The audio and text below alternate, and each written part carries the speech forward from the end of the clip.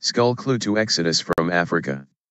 An ancient skull discovered in Israel could shed light on the migration of modern humans out of Africa some 60,000 years ago.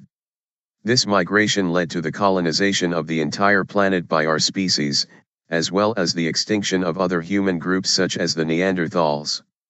The skull from Manot Cave dates to 55,000 years ago and may be the closest we've got to finding one of the earliest migrants from Africa. Details appear in Nature Journal. The skull is very gracile, there is nothing that makes it any different from a modern skull, Professor Israel Hershkovitz, from Tel Aviv University, told the Nature podcast.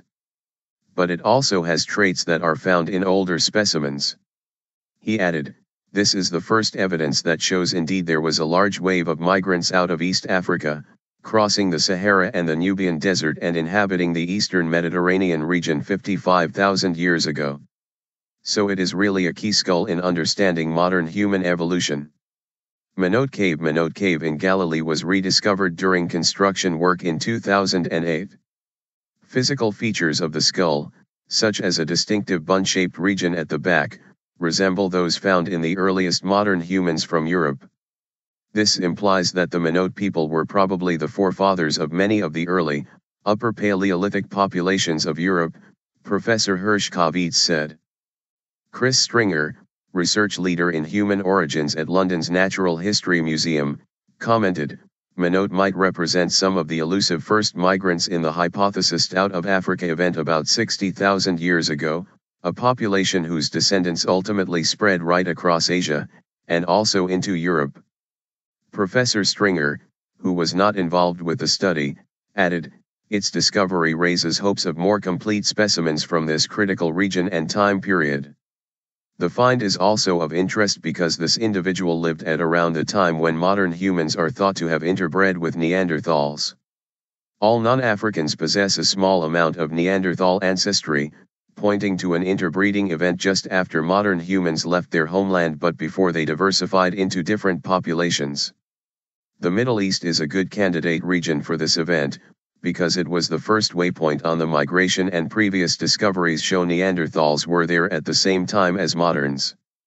Details of another ancient human find were unveiled this week in the journal Nature Communications.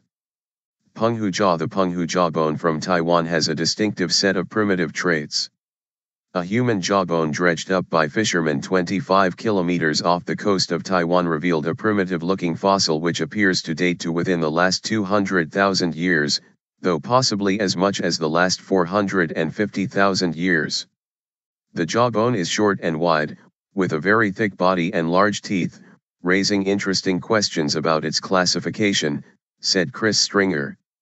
He said the Penghu jawbone could represent a late example of Homo erectus, an archaic human ancestor which may still have been present in mainland Northeast Asia 400,000 years ago. It shows some similarities with other human remains from Africa, Java, and Europe, but with distinctive characteristics that preclude its easy inclusion in existing categories.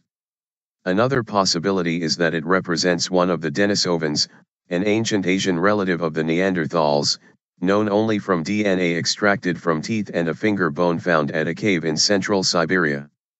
If Penghu is indeed a long-awaited Denisovan jawbone, it looks more primitive than I would have expected.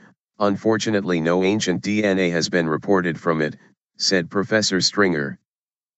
As the authors note, this enigmatic fossil is difficult to classify, but it highlights the growing and not unexpected evidence of human diversity in the Far East, with the apparent coexistence of different lineages in the region prior to, and perhaps even contemporary with, the arrival of modern humans some 55,000 years ago.